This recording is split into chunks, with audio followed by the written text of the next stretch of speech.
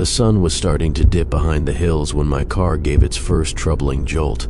I'd been driving through the countryside for over an hour, following a narrow road with nothing on either side but endless rows of tall corn. It should have been peaceful, but something about how still everything was made my skin crawl.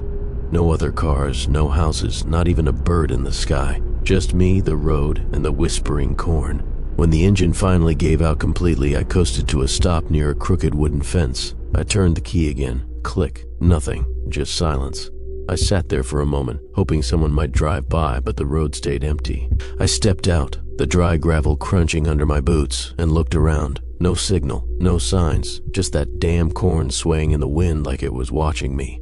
I had no choice. Either wait and hope someone passes by or start walking toward whatever might lie ahead. I waited beside the car for nearly an hour, leaning against the hood, arms crossed, eyes scanning the empty road in both directions. The sun was nearly gone now, and the air had turned noticeably cooler. I checked my phone again, still no signal. I even climbed onto the car, holding the phone high like an idiot, but nothing changed. The longer I stood there, the more the silence started to press in like a weight on my chest. The cornfield beside me rustled every so often, but there was no breeze strong enough to move it. It was too rhythmic, too deliberate. I tried to laugh it off, told myself I was just on edge from being stuck, but the thought of staying there all night made my stomach twist. Finally, I made up my mind. I grabbed my jacket from the passenger's seat, shoved the dead phone into my pocket, and started walking in the direction I'd come from. Maybe I'd missed a side road. Maybe there was a house I hadn't noticed. I walked for what felt like 20 minutes, but the road stretched endlessly, curving slightly without ever revealing a house or driveway. The sky had deepened into a bruised purple, and I hadn't seen a single light sign or mailbox, just walls of corn on either side. The air had grown heavier still. That's when I heard it, a faint rustling behind me, like dry leaves brushing together. I turned quickly, but nothing was there, just silence. I hesitated, then kept walking, picking up my pace. A few minutes later, the sound came again, closer this time, followed by a soft breath, like something exhaling. I spun around. My stomach dropped. My car was there, sitting by the edge of the road. The same angle, same broken down stance, but I knew I had walked far. My calves ached, and sweat soaked my shirt. I turned back down the road again, confused and uneasy. Either I was losing it, or something was seriously wrong. I tried to stay calm, telling myself maybe I had walked in a circle somehow, though the road had been straight the whole way. Still, I started again, moving faster this time, my footsteps echoing faintly in the silence. The sky turned darker by the minute, stars beginning to pierce through the haze. I didn't hear the sound at first, just a sensation, like pressure building behind me.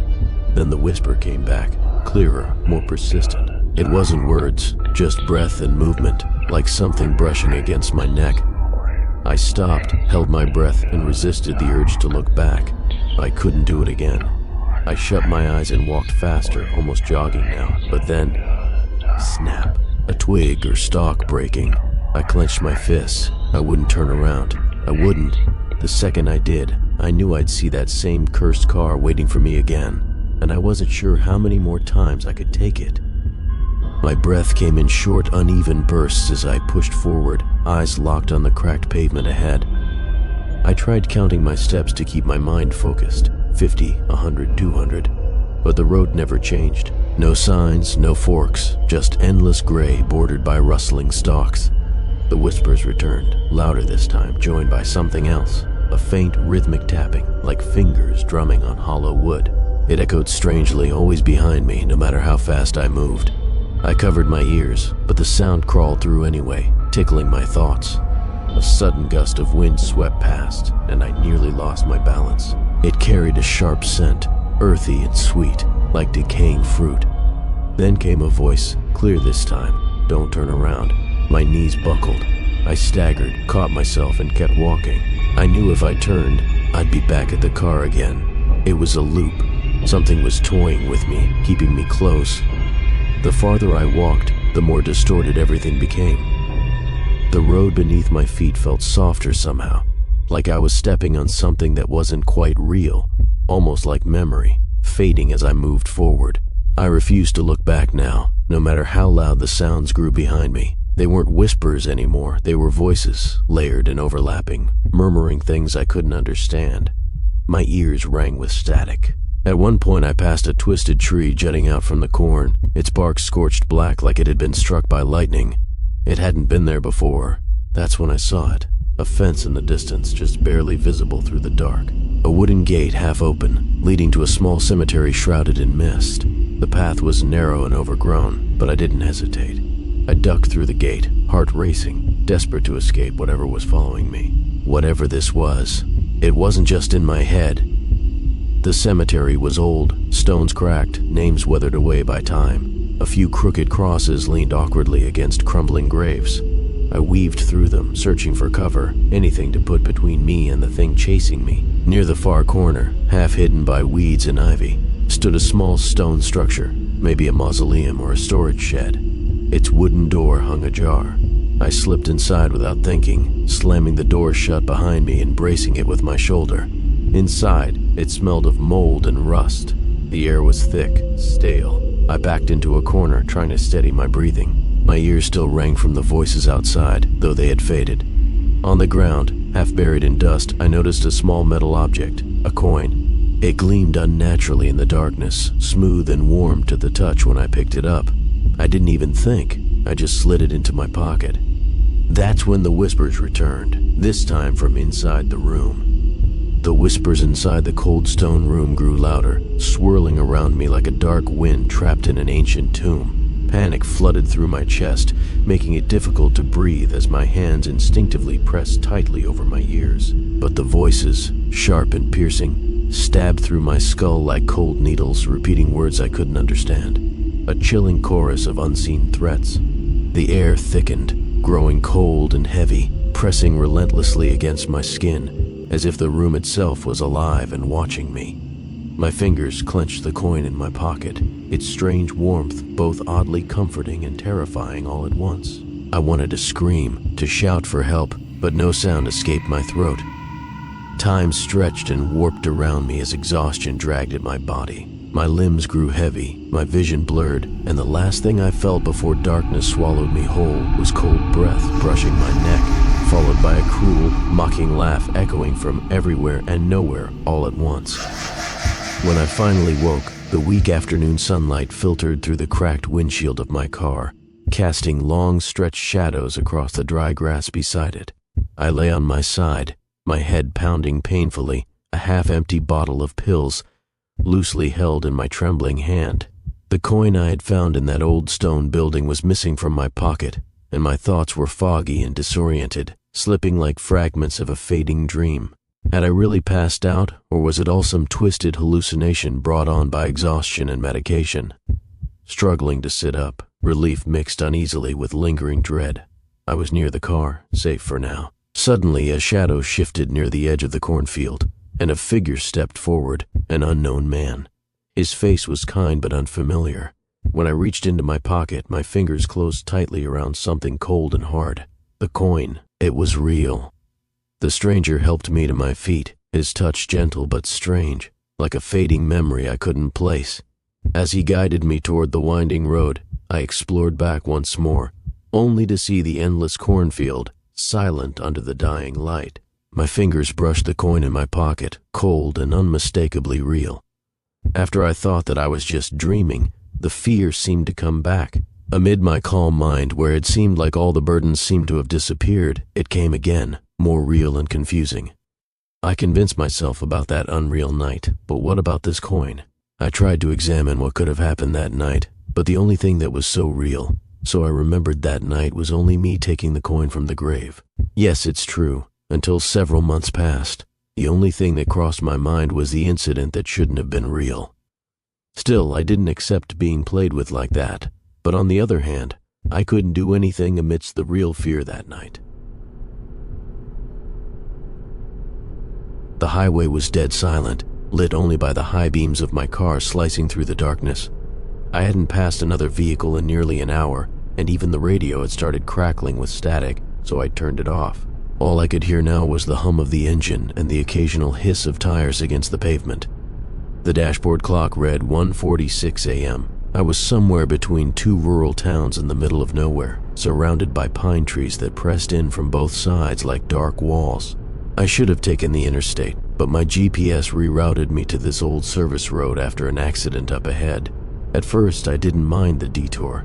It felt peaceful in a way, but as the minutes dragged on, something about the stillness began to gnaw at me. The air outside seemed too heavy, the trees too still, like they were holding their breath. And then, in the distance, I noticed something in the middle of the road. At first, I thought it was an animal, maybe a deer or a raccoon. But as I slowed down, squinting through the windshield, I realized it wasn't moving. It was just standing there, a figure, human-shaped, motionless, directly in the center of the lane. My foot hovered over the brake, heart thumping as the beams illuminated more details. It was a man, dressed in what looked like a dark jacket and jeans, facing away from me. He wasn't waving, not signaling for help, just standing there stiff as a post. I rolled to a stop about 20 feet from him and kept the engine running. My instincts screamed not to get out. I flashed the high beams once, no reaction. I tapped the horn, quick and sharp. Nothing. He didn't turn, didn't flinch, just stayed rooted in place, like a mannequin dropped from the sky. I stared at him, suddenly aware of how completely alone I was on this stretch of road, and how he didn't seem to belong. I didn't want to go around him, not on a narrow 2-lane road with steep ditches on either side. The longer I stared, the more wrong he looked. His posture was too rigid, like he wasn't standing but being held upright. His hands hung by his sides, fingers curled unnaturally. I reached for my phone, but there was no signal, just the mocking words "no service" in the corner of the screen. I glanced back up. He still hadn't moved. A prickling sensation crept over my skin, and I locked the doors without thinking. I revved the engine lightly, hoping the sound would snap him out of it. Instead, his head tilted slightly to the left, as if he were listening. Not turning to look, just listening. My breath hitched. That tiny movement was all it took to confirm he wasn't frozen in place. He was aware I was here. And suddenly I wasn't sure if this was someone who needed help, or someone I needed to escape. I eased my foot off the brake, inching the car forward. The man didn't move, didn't step aside, didn't even flinch, just that same slight tilt of the head, as if he were straining to hear the engine. I crept closer, gripping the wheel tight enough to make my knuckles ache.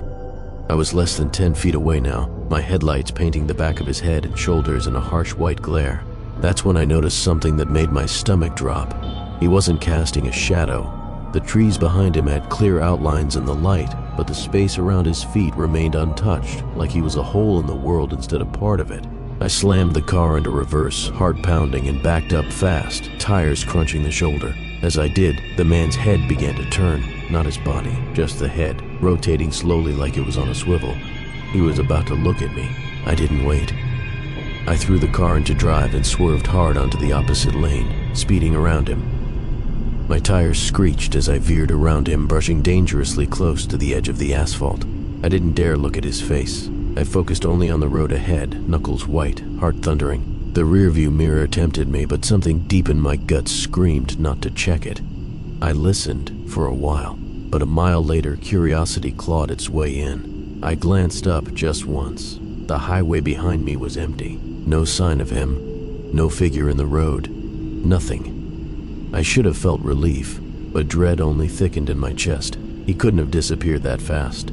I floored it, wanting nothing more than to find a gas station, a lit building, anything human. The GPS was useless, frozen on the same screen. As the minutes passed, the forest thinned, and I spotted an old weathered sign, Miller's Creek, 6 miles. I didn't remember seeing that town on the map, and somehow, even with the windows up, I could swear I heard footsteps keeping pace with the car. The road twisted gently as I drove, but the sense of being followed only grew sharper. Every turn of the wheel felt like it dragged something unseen along with me. I rolled up the windows, already shut, and turned the vents off just to silence the cabin. But silence wasn't comfort anymore. It was oppressive. At exactly 60 miles per hour, the footsteps stopped. I slowed to test it, heart hammering. At 50 miles per hour, they returned, faint, rhythmic, always behind me. I floored it again, desperate to outpace whatever it was. A pale blue glow flickered ahead. Finally, headlights? Relief surged, but as I got closer, I realized the glow wasn't from a car. It was a single street lamp standing over a battered wooden sign, "Welcome to Miller's Creek, East, 1879. Below it, the road forked, left into a thick patch of trees, right into a narrow street lined with unlit houses, no people, no movement. Just that same blue light flickering like it was struggling to stay alive. My fingers tightened on the steering wheel as I hesitated at the fork in the road. Every instinct screamed to keep moving forward, away from this ghost town and the creeping dread that had been shadowing me for miles. But the road ahead was completely blocked by a fallen tree, freshly toppled, judging by the scattered branches and leaves still clinging to the bark. No way around it. The left path plunged straight into thick woods, swallowing the weak glow of my headlights whole, while the right fork led into a narrow street lined with old houses, all dark and silent like empty graves. Suddenly, a soft tapping noise came from the passenger side window. My heart slammed against my ribs. I jerked my head toward the sound, but all I saw was my own reflection in the empty road behind. Then the tapping came again, slow, deliberate, like fingernails drumming a cold, eerie rhythm. Panic bubbled up as I realized, with icy certainty, I wasn't alone anymore. I slammed my hand against the lock button, making sure every door was secured. The tapping stopped as suddenly as it had begun, leaving an oppressive silence that pressed down on the car like a weight. I stared out the passenger window, scanning the dark shapes of the houses lining the street. There was something off about them, too still, too empty, like they were waiting. I didn't want to get out and investigate, but the fallen tree meant I had no choice but to take this narrow street.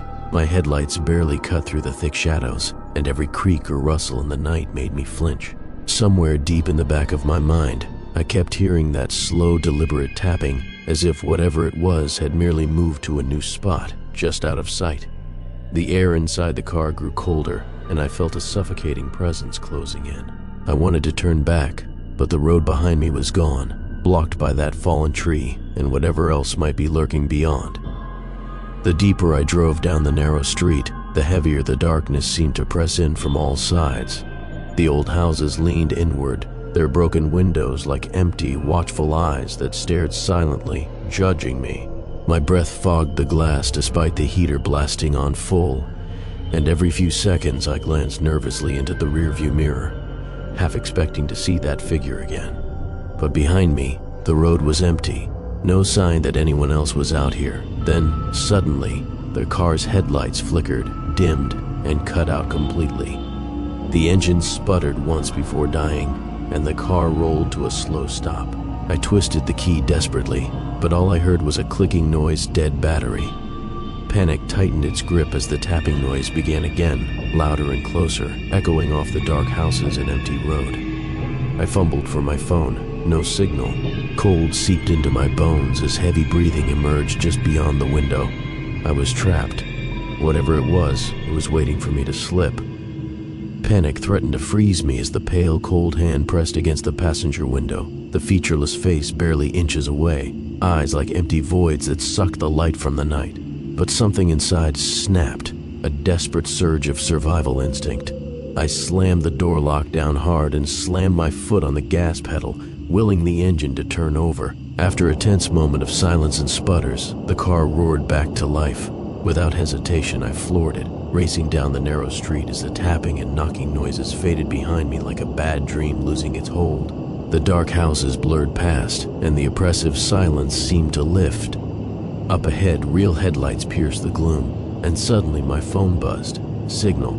Hands shaking, I dialed 911. As the road finally opened, and Miller's Creek slipped behind me, relief flooded in. I had escaped. But the memory of those hollow eyes and cold, relentless tapping would haunt me forever.